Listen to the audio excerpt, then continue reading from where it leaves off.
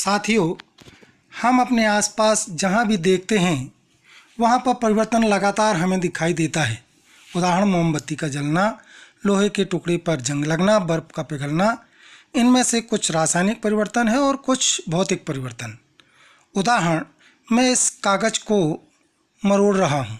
यह एक भौतिक परिवर्तन है क्योंकि यहाँ कोई नया पदार्थ नहीं बन रहा है, केवल पेपर की आकृति बदली है।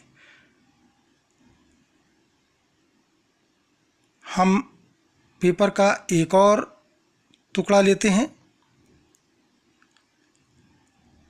अब इस पेपर के टुकड़े को हम जलाएंगे।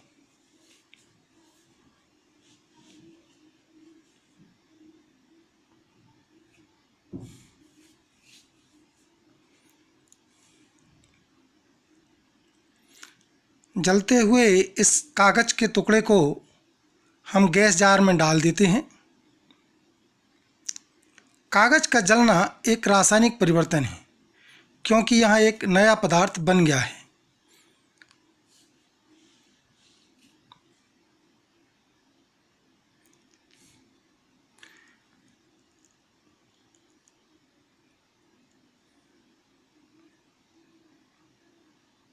अब हम एक और उदाहरण लेते हैं। यह एक एल्युमिनियम फाइल है जो कि एल्युमिनियम मेटल से बनी है।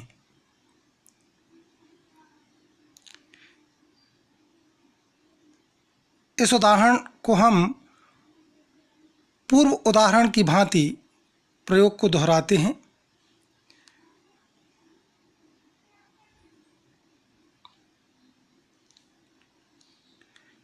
यह एक और एल्युमिनियम की फाइल का टुकड़ा है।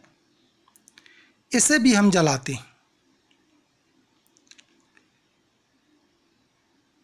इस प्रयोग के बारे में आप स्वयं विचार कीजिए। एक और डेमोन्स्ट्रेशन लेते हैं। हम ये दो यौगिक ले रहे हैं, एक सल्फर पाउडर और आयरन पाउडर। दोनों को एक वाच ग्लास में लेकर मिक्स कर लेते हैं।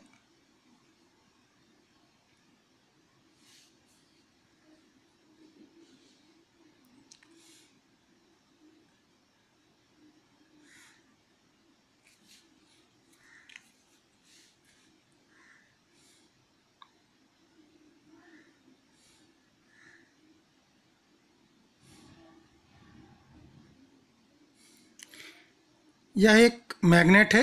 इसे इस मिक्सचर पर हम चलाते हैं। हम देखते हैं कि मिक्सचर में से आयरन पाउडर चुंबक से आकर्षित होकर के उसमें चिपक गया है।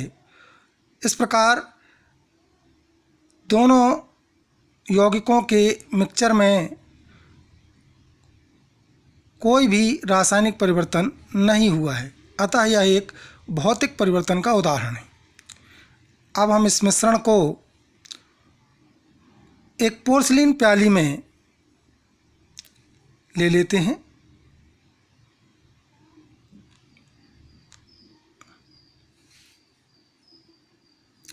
इसे बुनसन बर्नर द्वारा गर्म करते हैं। देखिए क्या होता है।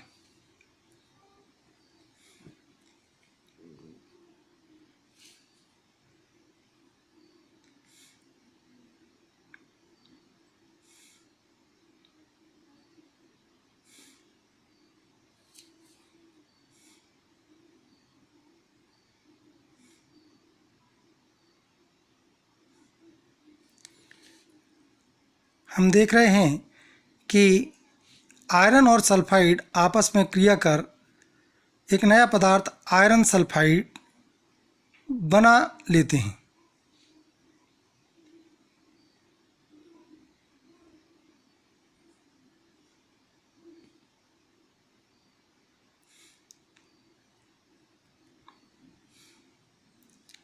अब देखिए, एक आयरन की कील है, एक रस्टेड आयरन कील है और यह आयरन सल्फाइड का पाउडर है। आयरन की कील मैग्नेट से आकर्षित हो गई है। यह रस्टेड आयरन कील भी मैग्नेट से आकर्षित हो जाती है। जबकि ये जो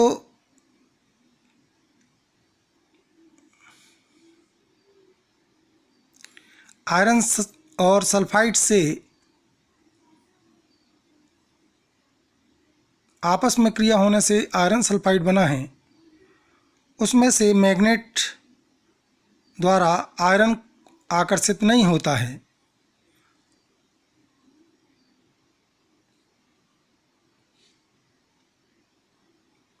स्पष्ट है कि आयरन ऑक्साइड इस रस्टेड लोहे के टुकड़े में है,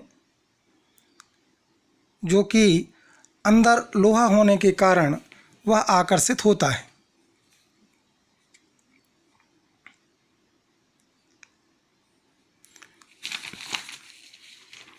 कॉम्बिनेशन रिएक्शंस वह अपक्रिया जिसमें दो या दो से अधिक तत्व या यौगिक के संयोजन से केवल एक सिंगल प्रोडक्ट प्राप्त होता है, उसे संयोजन अपक्रिया कहते हैं। कुछ संयोजन अपक्रिया बहुत धीमी होती हैं और कुछ बहुत तेज़ गति से होती हैं। लाइट ऑफ कीजिए। ये मैग्नीशियम रिबन है जिसे जलाने पर यह सफ़ेद प्रकाश उत्पन्न हो रहा है।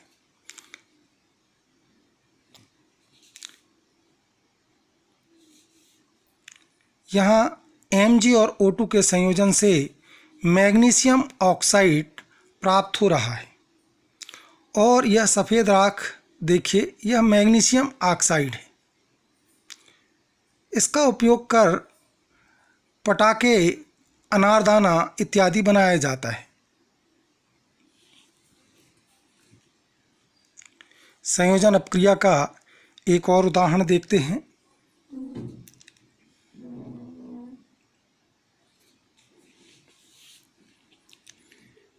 हम एक चारकोल का टुकड़ा लेते हैं और उसे बुनसन बर्नर पर जलाने की कोशिश करते हैं।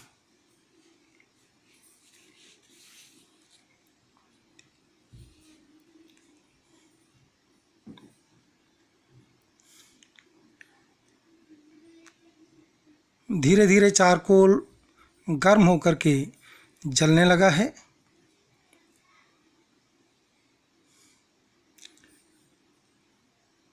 देखिए, चारकोल जलता है तो कार्बन जो कि चारकोल में उपस्थित है और वायु से ऑक्सीजन के मिलने के कारण कार्बन डाइऑक्साइड गैस उत्पन्न होती है।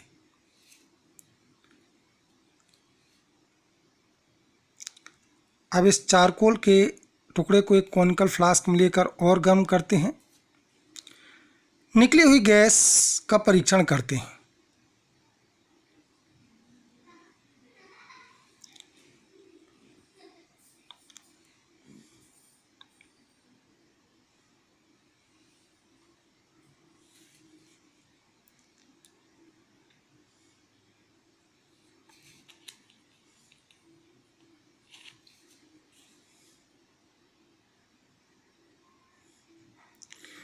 कॉनिकल फ्लास्क में हमने ये प्रवाहन नली फिट कर दी है।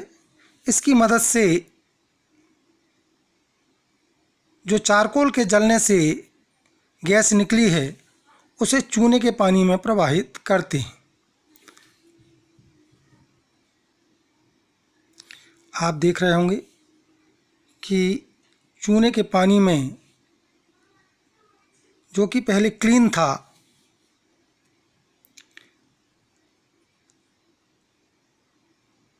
इस गैस के धीरे धीरे मिलने से चूने का पानी दूधिया हो रहा है। इससे स्पष्ट है कि कार्बन और ऑक्सीजन के संयोग से जो गैस बनती है वो कार्बन डाइऑक्साइड गैस है। इस प्रकार संयोजन क्रिया कार्बन धन ऑक्सीजन बराबर कार्बन डाइऑक्साइड संपन्न हुई। एक अन्य उदाहरण देखते हैं। ये चांदी का पात्र है। आपने नोटिस किया होगा कि बहुत दिन तक खुले में रहने से इसके ऊपर काले रंग की परत बन जाती है। ये काले रंग की परत क्या है? यह यौगिक है जो कि सिल्वर और वायु में उपस्थित H2S गैस के संयोजन से सिल्वर सल्फाइड काले रंग का यौगिक बनता है।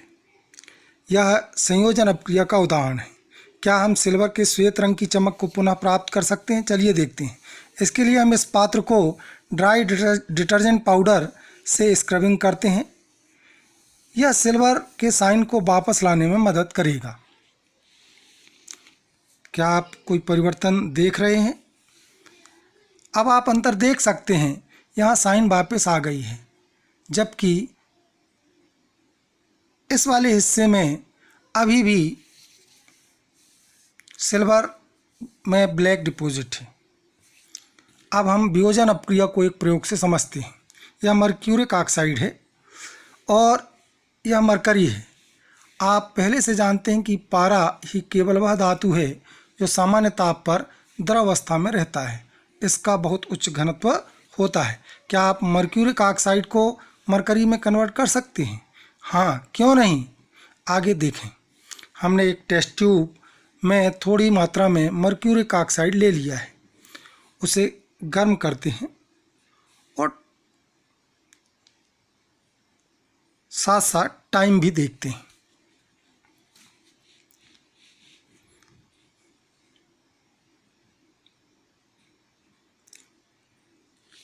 देखिए, अपघटन या विघटन की क्रिया हो रही है, जिसकी ध्वनि आप सुन सकते हैं। यह देखिए, यह एक वियोजन अपक्रिया है। इसमें मरकरी एवं ऑक्सीजन में मर्क्यूरिक ऑक्साइड अपघटित हो गया है।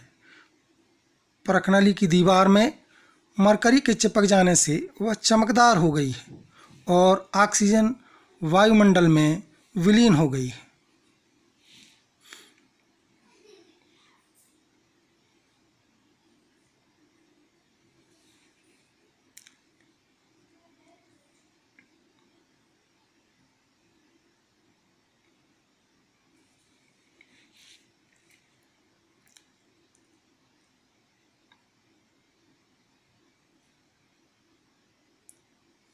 इस प्रयोग को सर्वप्रथम 1774 में इंग्लिश वैज्ञानिक जोसेफ प्रीस्टले ने करके दिखाया था।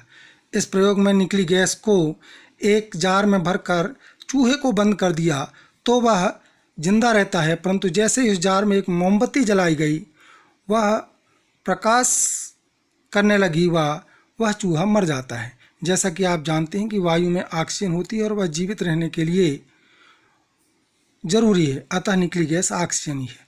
अब हम वियोजन अपक्रिया को समझेंगे। एक यौगिक टूट कर दो या दो से अधिक यौगिक उत्पन्न करता है तो इस अपक्रिया को हम वियोजन अपक्रिया कहते हैं। वियोजन अपक्रिया के कुछ और उदाहरण देखते हैं। पहला उदाहरण, हम ये कॉपर कार्बोनेट एक टेस्ट ट्यूब में लेते हैं।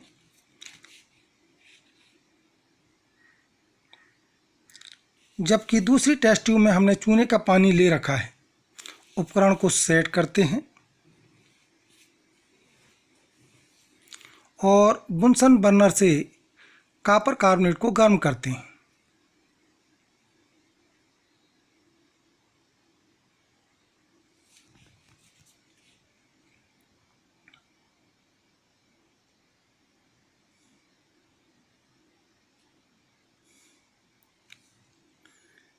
हम देख रहे हैं कि नीले रंग का कॉपर कार्बोनेट काले रंग के पदार्थ में बदलने लगा तथा कुछ गैस निकल रही है जो चूने के पानी को दूधिया कर रही है।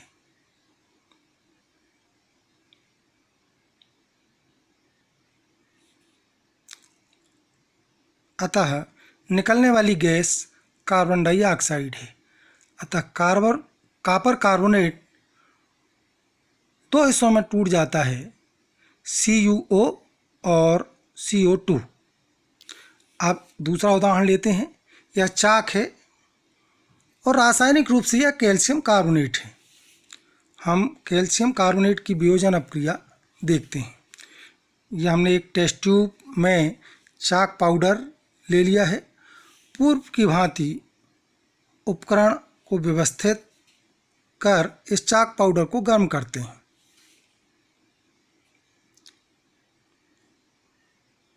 यह कॉपर कार्बोनेट की वियोजन अपक्रिया के समान है, किंतु परखनली में बचा पदार्थ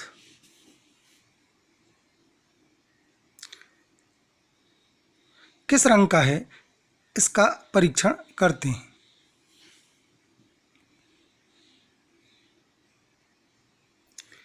यहाँ देखिए, पहले प्रयोग में कॉपर कार्बोनेट को गर्म करने पर वह काले रंग में बदल जाता है, जबकि कैल्शियम कार्बोनेट को गर्म करने पर कैल्शियम ऑक्साइड और कार्बन डाइऑक्साइड बनता है। कैल्शियम ऑक्साइड श्वेत रंग का होता है, अतः परखनली में बचा पदार्थ श्वेत रंग का ही रहता है। निकली गैस चूने के पानी को दूधिया कर रही है, अतः सिद्ध होता है कि यह निकली गैस कार्बन डाइऑक्साइड है।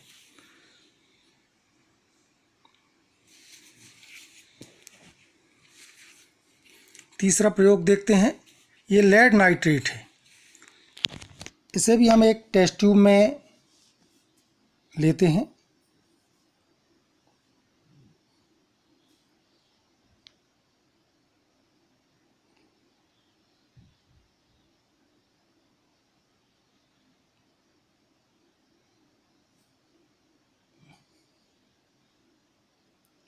टेस्ट ट्यूब में लेकर इसे गर्म करते हैं, देखते हैं क्या होता है।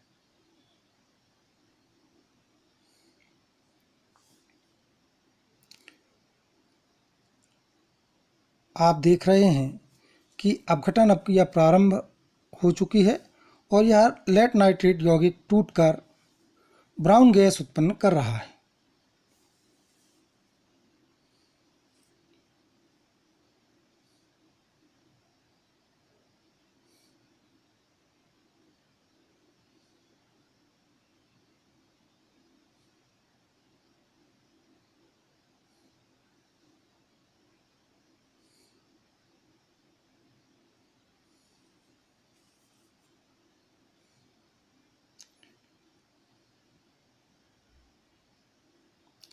यहाँ निकली गैस नाइट्रोजन डाइऑक्साइड है। इस प्रकार इस प्रोग्राम में आपने बहुत सारे प्रयोग देखे, जिनमें से कुछ संयोजन एवं कुछ वियोजन अपक्रिया के उदाहरण हैं। अपक्रियाएं अन्य प्रकार की होती हैं, जिन्हें हम अगले भाग में देखेंगे।